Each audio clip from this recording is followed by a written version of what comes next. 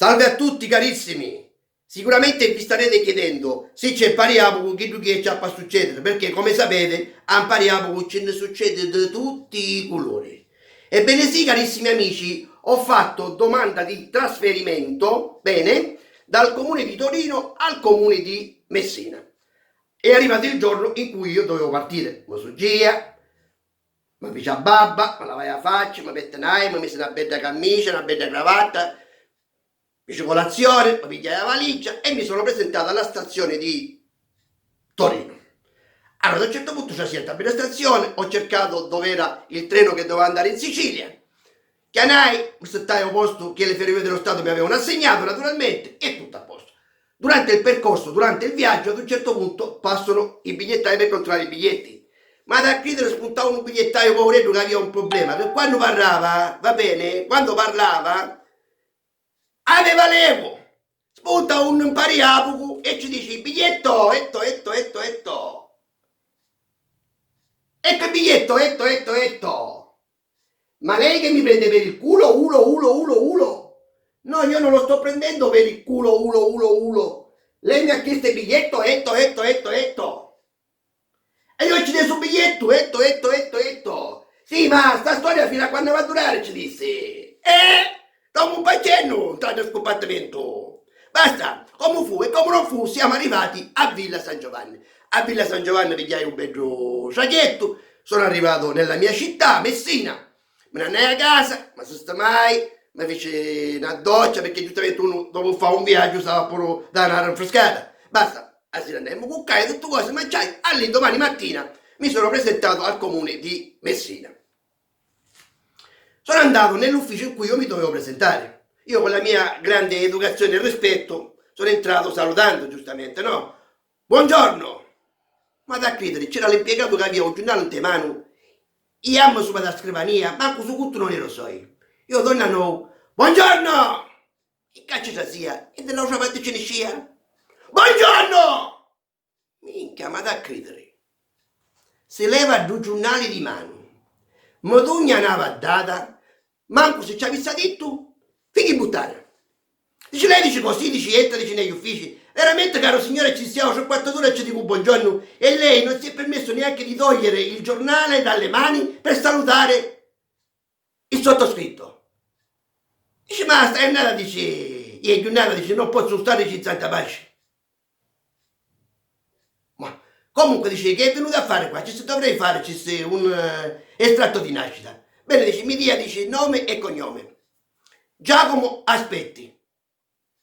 Chi sto guarda? Dice, ma lei come fa a sapere il mio nome? Se lei mi ha chiesto come mi chiamo io, Giacomo Aspetti.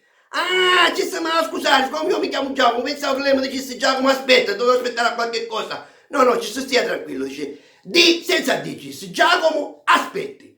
Di, donna no, di voglio dire, dice, suo padre come si chiama? Ah, come si chiama? Ve lo dico subito. Mio padre si chiama Venerdì Santo Aspetti. Se fatto l'impiegato e secondo lei io avrei aspettare a settimana di Pasqua per sapere suo padre come si chiama. Ma che capivo, ci disse. A buonanno mia nonna, va bene, ci mise venerdì Santo Aspetti, perché mio padre purtroppo nasce una settimana di Pasqua e mia nonna ci mise venerdì Santo Aspetti. Ah, dice, ho capito. E sua madre come si chiama? Lei me lo dica. Io sto guarda, dice chi c'è di dire io? Se lei dice non mi dice come si chiama sua madre, come sa come si chiama sua madre? Lei mi ha chiesto come si chiama mia madre. E io gli ho detto che mia madre si chiama Lei me lo dica. Dice come? Lei di nome me lo dica di cognome. È così semplice, ci dissi. Ma guarda, dice, ma questa famiglia siete complicati. Noi siamo complicati, ma lei... ci vuole l'aiuto di Dio prima che capisci cose. Comunque, come fu e come non fu, mi ha fatto questo documento. Però io non gli avevo detto che ero l'impiegato che dovevo fare, che ho fatto il trasferimento da Torino a Messina e che devo prendere servizio proprio in quell'ufficio. Io sempre con la mia massima educazione, dice, senta, gli dovrei parlare, dice, mi dica.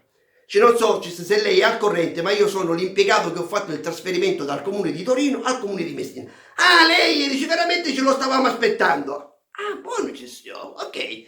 Dice, guardi, dice, io ho tutta la mia documentazione. Dice, aspetti un attimo, dice, intanto lei mi dia tutta la documentazione che ha perché ce la devo portare nell'ufficio del direttore per vedere se la situazione è a posto.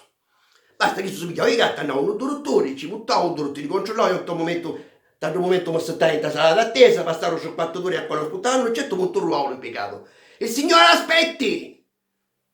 Sì, ci qua sono, dice, venga, venga. Ci guardi, dice, il direttore ha controllato tutta la sua documentazione e tutto a posto. Lei domani mattina alle ore 8 può prendere servizio al comune di Messina.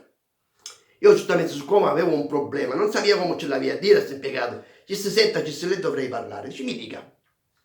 Sa, purtroppo ci se le dovrei raccontare una mia storia, però che resti qua fra di noi. Dice, non si preoccupare, che lei va a stare tranquillo, sta parlando con me come se non parlavo con noi. Dice, purtroppo ci sono stato operato agli organi genitori. Dice, non capiamo. Sono stato operato lì.